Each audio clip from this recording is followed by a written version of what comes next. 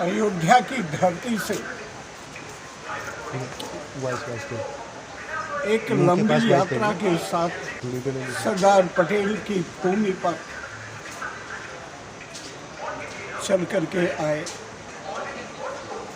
स्नेही बंधुओं। हमारी सांस्कृतिक परंपरा रही है कि देश के विभिन्न स्थानों पर हम तीर्थ यात्रा करने के लिए जाते हैं।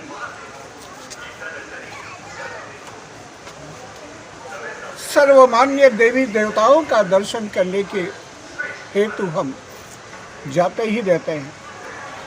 स्वयं नहीं जा पाते नौजवान के रूप में तो अपने बुजुर्गों को भेजते ही रहते हैं। उसके पीछे का कारण ये होता है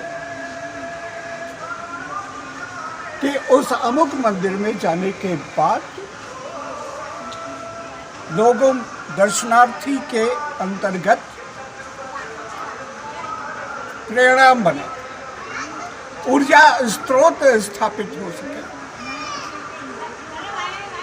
और लौट के आने के बाद तरोताजा की जिंदगी बिता सके और प्रफुल्लित होकर के, ऊर्जावान होकर के अपना जीवन व्यतीत कर सके, सुखमय जीवन व्यतीत कर सके।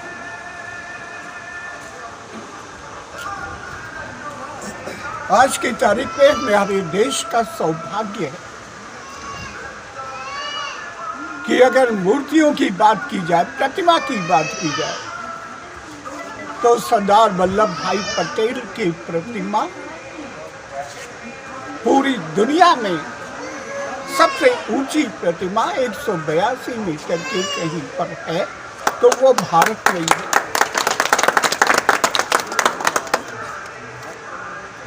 आपको सुनकर के सुखद आश्चर्य होगा, सरदार पटेल की प्रतिमा पूरी दुनिया में आज रिसर्च का, खोज का विषय बन गया है। लोग जानना चाहते हैं कि सरदार पटेल का कृतित्व क्या था, कृत्य कार्य क्या था, उनका बलिदान क्या था। 565 देशी जासूसों को जो आपस में एक साथ मिलने को तैयार नहीं थे, राजे रजवाड़े, उनको कैसे एक साथ किया और भारत का वर्तमान नक्शा बनाया। सरदार पटेल अगर ना होते तो इस भारत में कई देश होते। सरदार पटेल के बाद अगर महत्व बनता है तो बाबा साहब अम्बेडकर का बनता है। बाबा साहब अम्बेडकर ने 395 दिन तक लगातार लिखा पढ़ी करते हुए अपने मस्तिष्क, अपने अनुभव, दुनिया की कानून व्यवस्था की तलाश करते हुए कागज के पन्नों में भारतीय संविधान के रूप में समाहित करने का कार्य बाबा साहब अम्बेडकर ने किया। माउंटबेटन ने कहा भी था कि बाबा साहब अम्बेडकर के अलावा, उन्होंने कहा भी था, बाबा साहब अम्बेडकर जिनको आप अछूत मानते हैं, जिनसे परहेज करते हैं, उनके अलावा भारतीय संविधान कोई नहीं लिख सकता। बाबा साहब अम्बेडकर ने भारतीय संविधान में लिखा जैसे हमारे राष्ट्र के प्रधानमंत्री आज की तारीख में अपना धर्म मानते हैं। हिंदू, मुस्लिम, सिख, ईसाई लोगों के अलग अलग धर्म हो सकते हैं, लेकिन प्रधानमंत्री नरेंद्र मोदी जी की अगर अपना धर्म हृदय से स्वीकार करते हैं तो भारतीय संविधान को ही स्वीकार करते हैं। यहीं पर एक प्रश्न खड़ा होता है कि सरदार पटेल ने 565 देशी रियासतों को इकट्ठा करके, संगठित करके भारत का नक्शा न दिया होता तो बाबा साहब अम्बेडकर किस भारत का संविधान लिखते। यहीं पर सरदार पटेल का कृत्य कार्य, यहीं पर बाबा साहब अम्बेडकर से भी ऊंचा हो जाता। हमारे 1 साल पहले की अवधारणा थी, बल्कि 1.25 साल 1.5 साल हो गया। आज जो मैं साक्षात कर पाया हूँ जिस उपस्थिति को लेकर के, इस संबंध में मैंने सांसद जी से कहा था कि मैं यहाँ से लोगों को सरदार पटेल का दर्शन करने के लिए, सरदार पटेल की प्रतिमा को दिखाने के लिए ले जाना चाहते हैं। हमारा उद्देश्य ये है कि ठीक तीर्थ यात्रा की तरह यहाँ से जाने के बाद लोगों को प्रेरणा मिले, लोगों में एक ऊर्जा पैदा हो सके, ऊर्जावान बन सके। सरदार पटेल की कृतित्व को, उनके बलिदान को, उनके त्याग को, उनकी सादगी को आज के नौजवान पहचान सके, जान सके।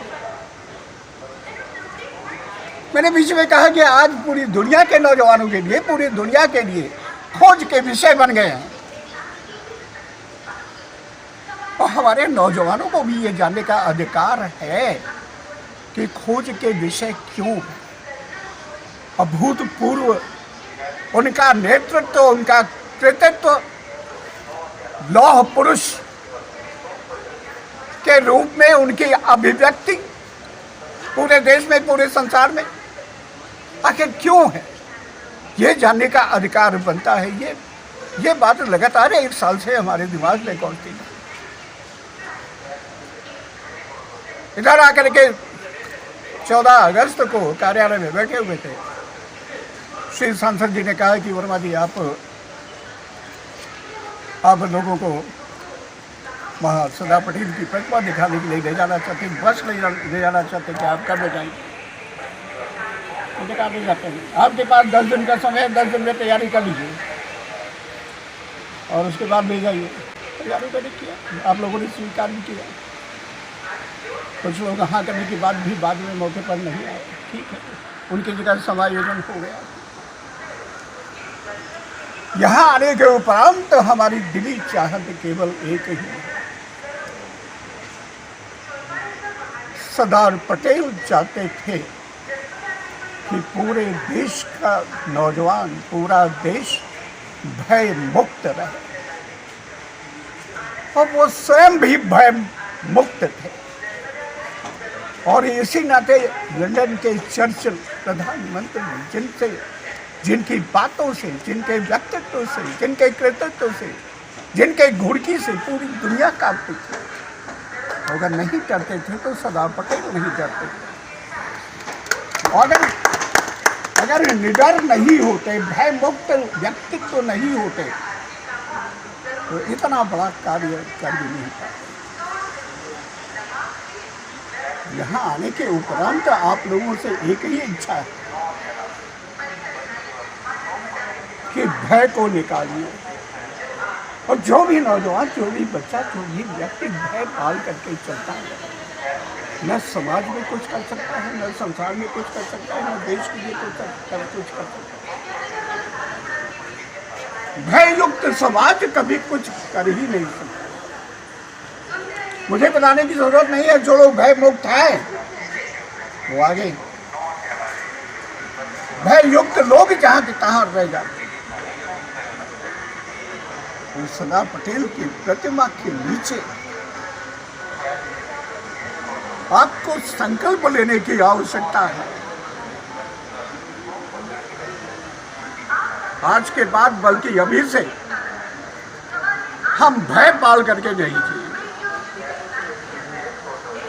न किसी को सताएंगे, न किसी के साथ अन्याय करेंगे, न किसी को मारेंगे, और न अन्याय बर्दाश्त करेंगे।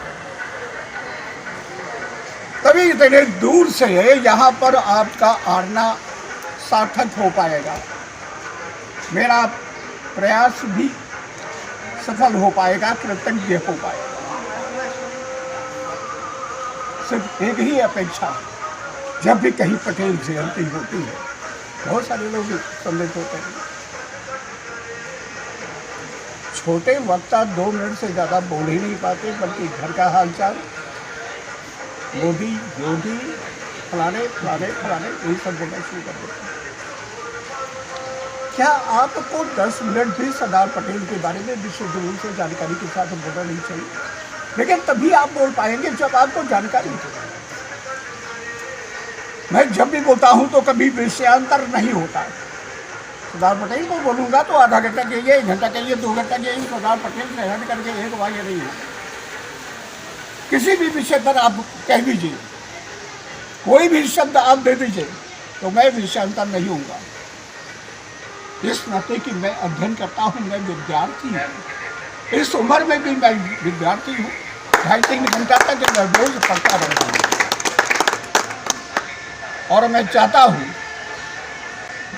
यहाँ से लौटने के बाद इस बार तो 3 जगह जयंती मनाएंगे। पिछली बार बनके गांव में मनाया था, आर्यन पब्लिक स्कूल में, और इस बार 31 अक्टूबर को आर्यन पब्लिक स्कूल में सरदार पटेल की जयंती। दूसरा 5 नवंबर को भानु प्रताप वर्मा इंटर कॉलेज अटवारा, और तीसरा 12 नवंबर को देवगढ़ में। मैं चाहता हूं कि सरदार पटेल के बारे में लोग अध्ययन करें, कुछ बोले, बोलना सीखें। चाहता हूं कि वक्ताओं की संख्या बढ़े और आगे बढ़े। बिना अभिव्यक्ति के आप दुनिया में कभी कुछ नहीं कर पाएंगे।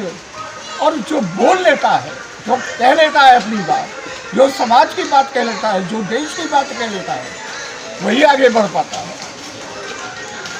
तो ये अपेक्षा आप लोगों से है, और तभी यहाँ आने का कार्यक्रम सार्थक हो पाएगा।